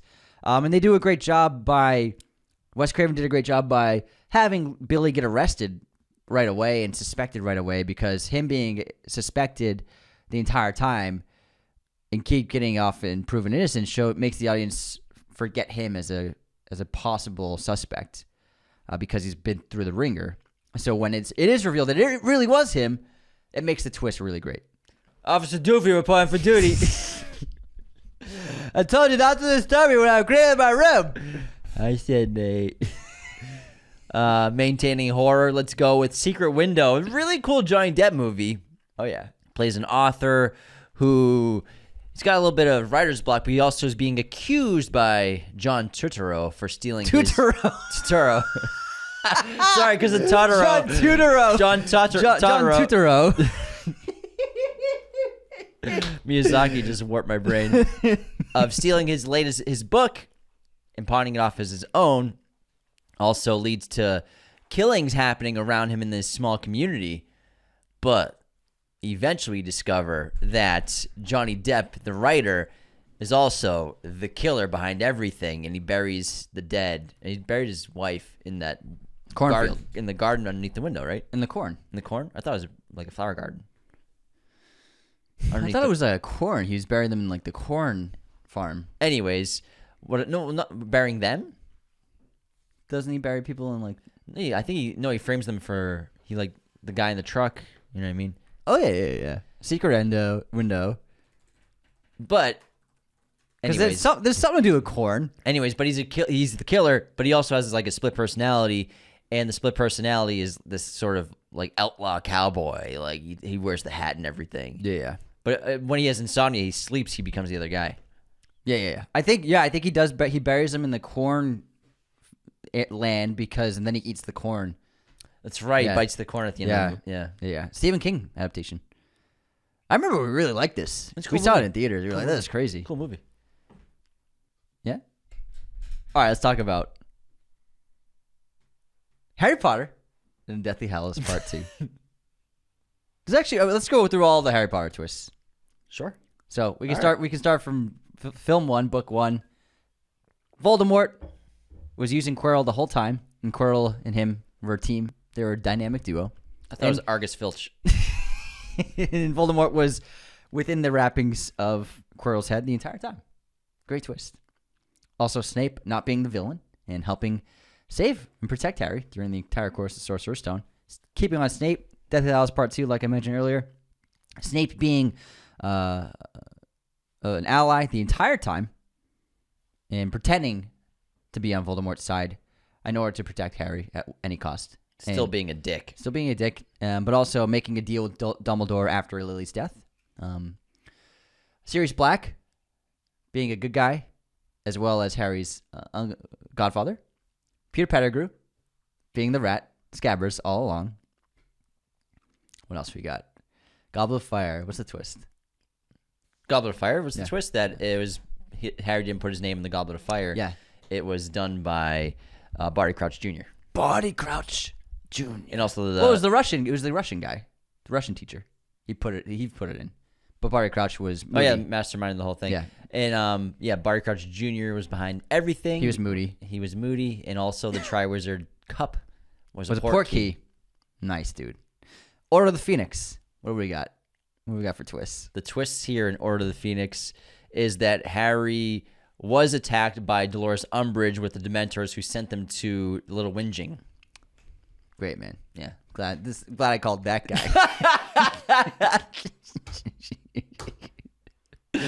Half-Blood Prince. The cabinet. Snape.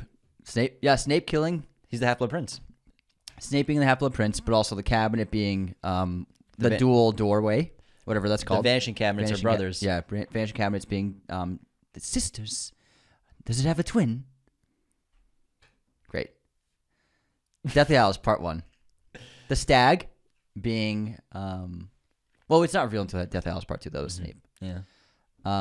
What do we got for twists? For twists in Deathly Hallows Deathly Part Hallows 1, there's got to be something.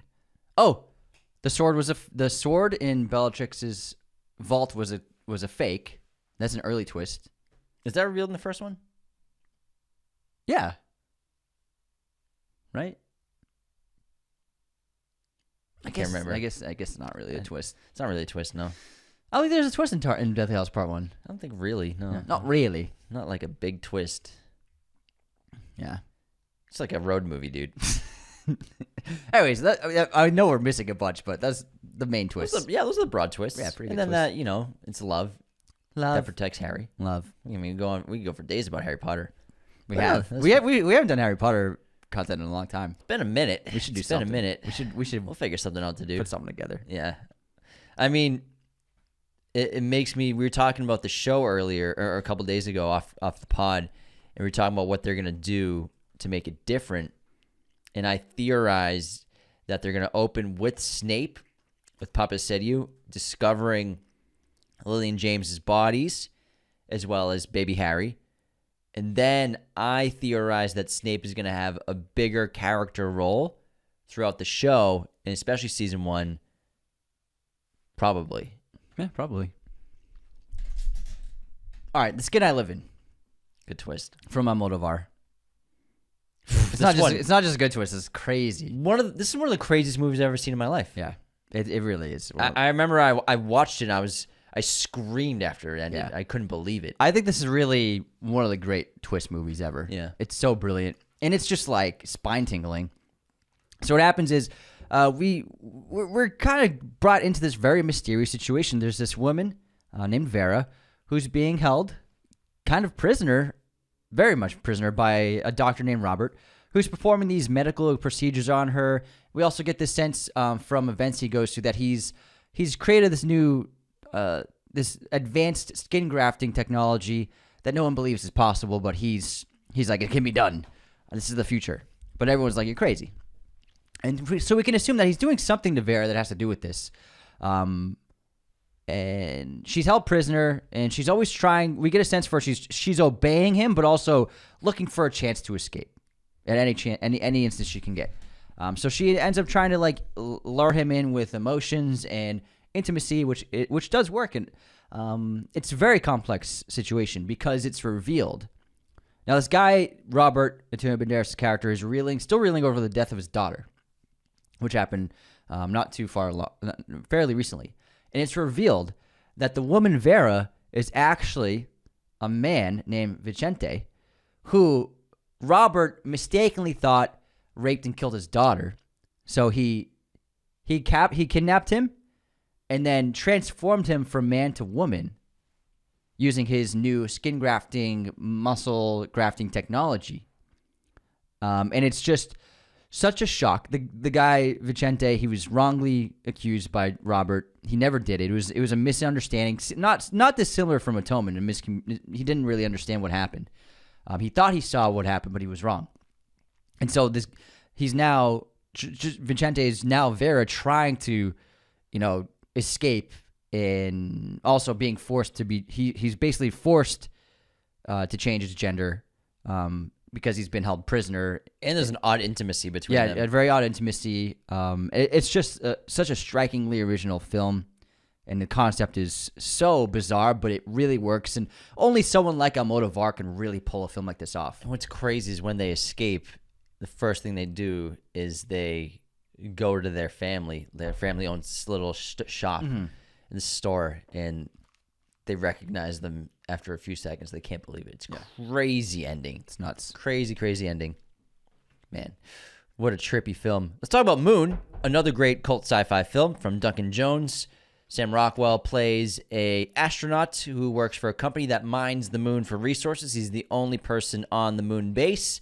It's pretty much self-sufficient. However, a doppelganger enters his life as he's going through intense sickness, and the doppelganger looks just like him, is him, but much healthier, much more youthful.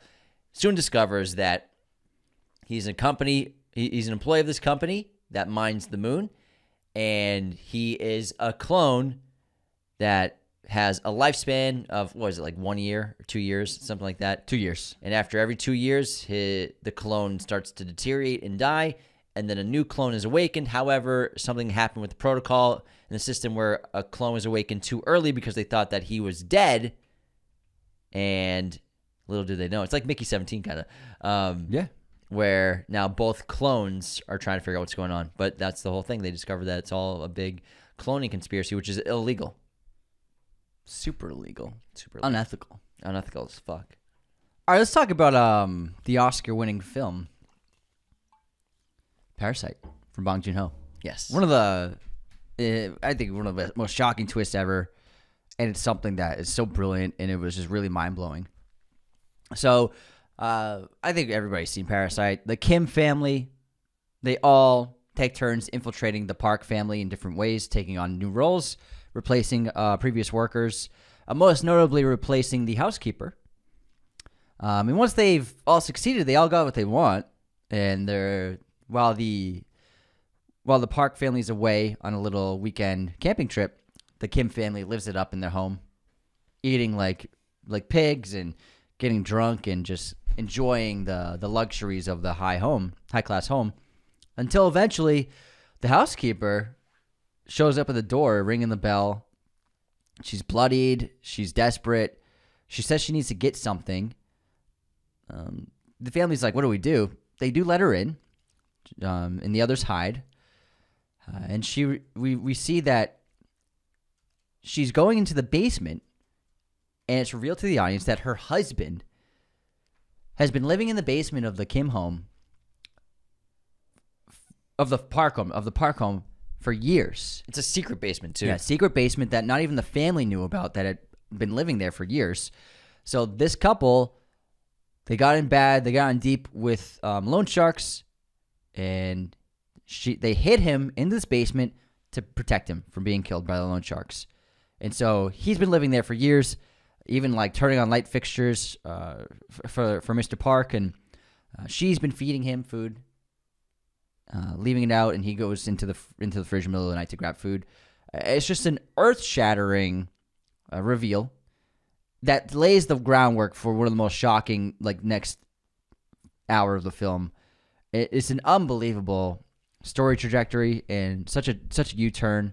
It's just an extraordinary piece of writing. I think it's just one of the best screenplays of the century, and it's so brilliant. Goodnight Mommy is a great horror film with a twist. It's an Austrian film. It got remade with Naomi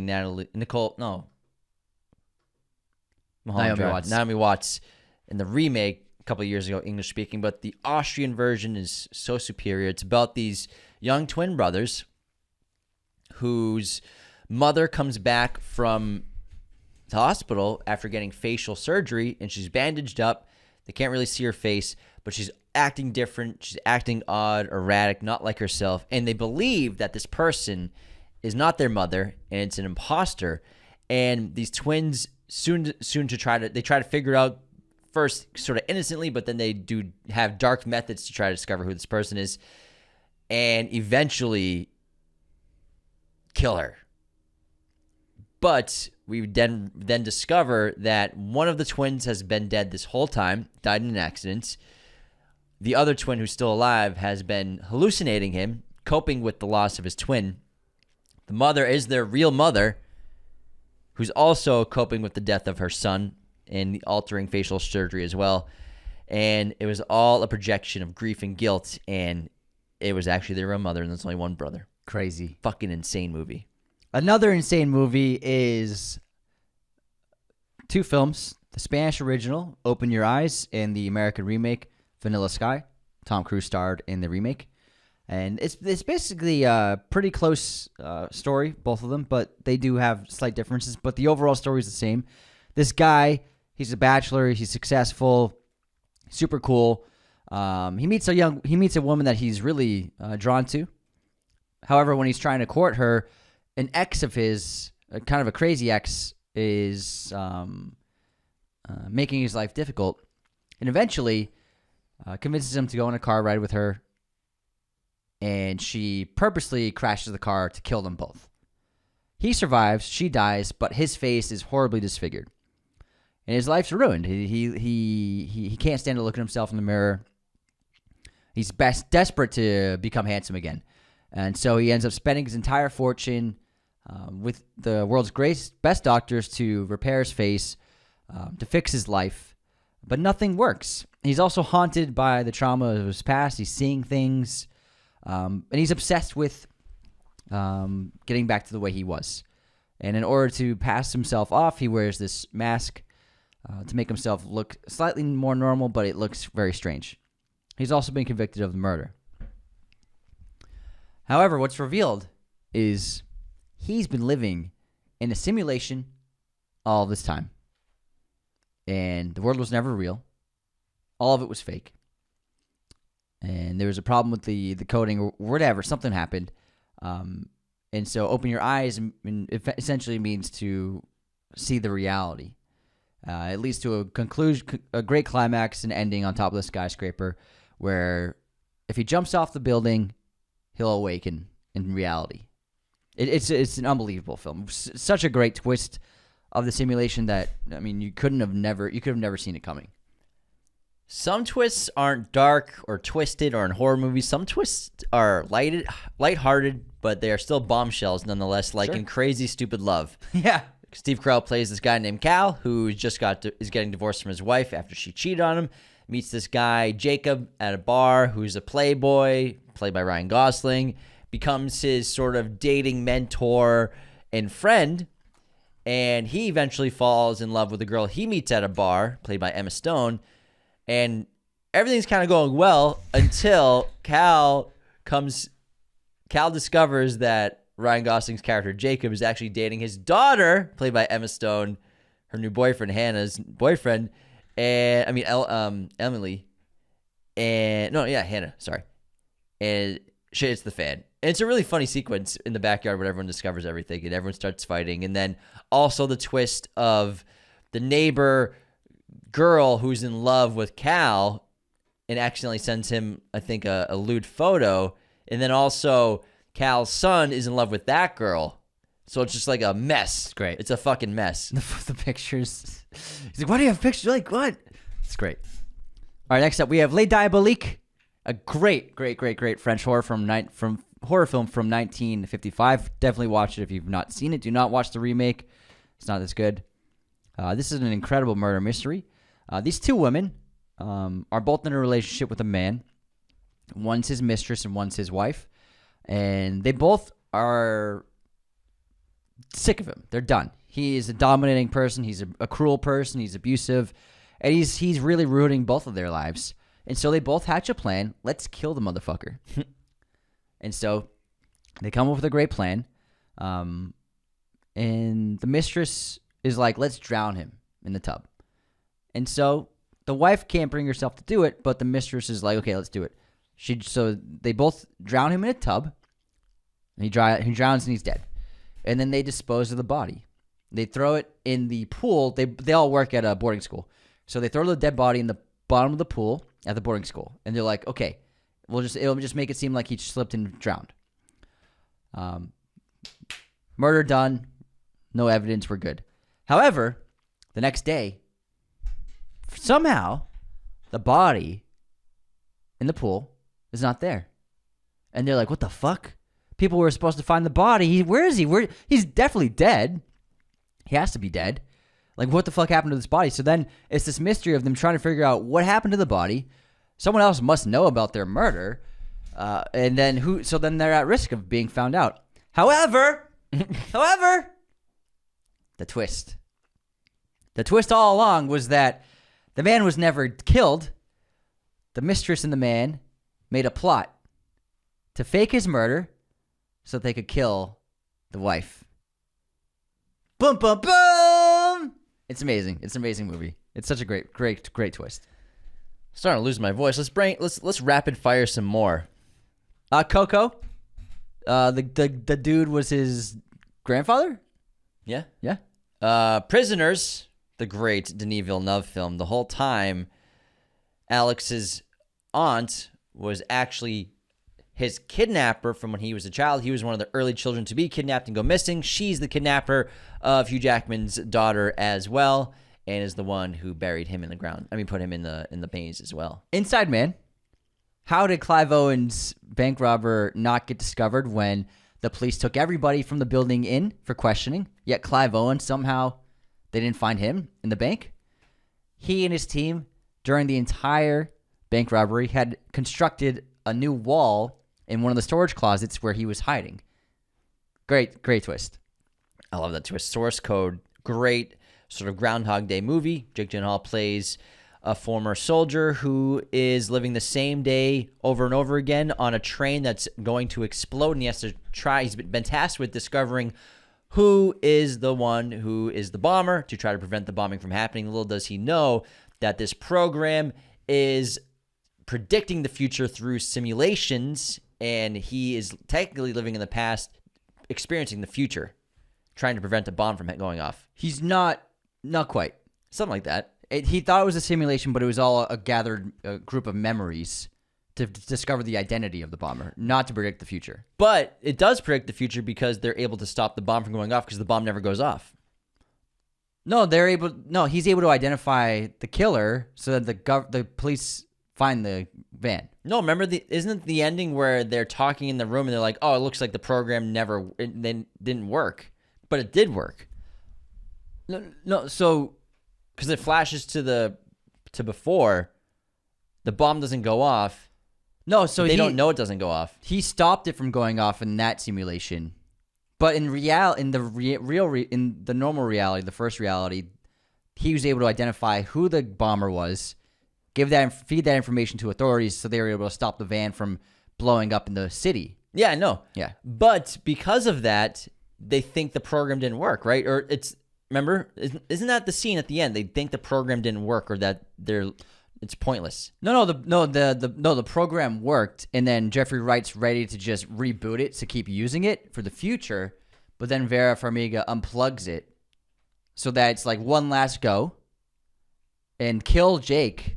So Jake dies. No, yeah, I know Jake dies. And so then he knows how to stop the bomb, and so he stops the bomb on the train.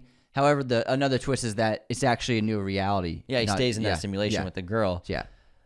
But I thought that Jeffrey Wright didn't think it worked. No, it was a success. And they were all celebrating, and he's like, "Okay, reset Gyllenhaal's mind so that we can do it again for the next attack that ends up happening." Gotcha. He's like, "Okay, we got it." But Vera Farmiga morally is like, "We can't just keep using this guy. He should die. We should let him die in Copy peace." that. I haven't seen it in a couple of years. It's okay, man. Thanks for the refresher. Orphan, slasher. This couple adopt this young, cute little girl. However, strange things start happening. She's super weird. People keep dying.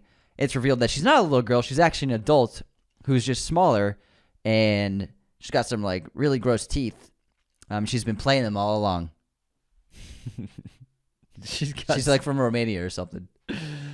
She takes out her fake teeth and is like, "Oh."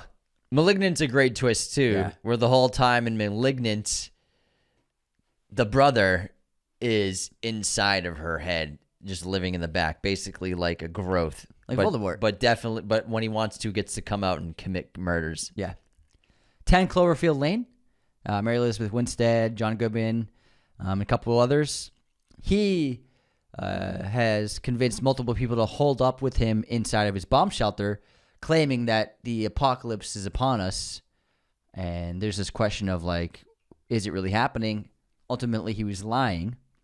But it does end up happening that it is connected to the Cloverfield franchise with the giant alien. So in a way, he was right, but he didn't know he was right. All right. I mean, I feel like we've done quite a few. Are there any other big ones that you want to get to? Once Upon a Time in Hollywood. The twist that the twist is that Sharon Tate ends up surviving. Oh, okay. That's a twist. Yeah, sure. Yeah, and he kills all of the Helter Skelter people. That's That's the twist. Yeah, that's right. Everyone, because when you watch that movie for the first time, you're expecting. You're it like, to happen. okay, this is the scene where they kill Sharon Tate and her friends, but we got Brad Pitt saving the day and killing them all. I remember feeling that in theaters when I first saw the movie. You're right. Like I was like, after he hits her with the torch, and then he's talking to Emile Hirsch outside. I'm like, oh wait, Sharon Tate's gonna survive? Yeah. So once Cliff starts going to town on them, it's like, oh my god, this is crazy. This is not what I was expecting to happen. Just keep me hanging on. Nah, it's dumber than that. Something like Rex. That's one of my favorite needle drops in a Tarantino movie. Yeah, that's a good one. But But if you think about it, it's a fantastic twist that nobody saw that coming. Nobody. Yeah, it's a good twist. Because we were all like, okay, it's a historical fiction. That's going to happen. And then Tarantino was like, nah, I'm going to change it. Yeah, because then with Inglourious, it's not really a twist, but the historical fiction changes where the bastards just riddle Hitler with bullets. Yeah. Yeah. Great twist. Good point. That's fun. I think that's like all of them. It's not all of them. There's still probably, I'm sure, some big ones that were missing. Oh yeah, out, yeah. that was a lot of them. It's a lot of them. That was a lot. Those are of good ones. Twists. A lot of the good ones. But yeah, I'm losing my voice, and we got to record again later tonight. So let's wrap this up. Thanks so much for tuning into this episode of Raiders of the Lost Podcast. Don't forget to subscribe on YouTube. Leave likes, comments, engagement on all of our content is integral to our growth and us getting all these cool jobs we get every couple of weeks and events. So subscribe, like, comment, follow, Instagram, TikTok, Twitter. Become a patron today at patreon.com/Raiders of the Lost Podcast. Leave those 5-star ratings and reviews on Spotify and Apple, and take care, everybody. See you next time.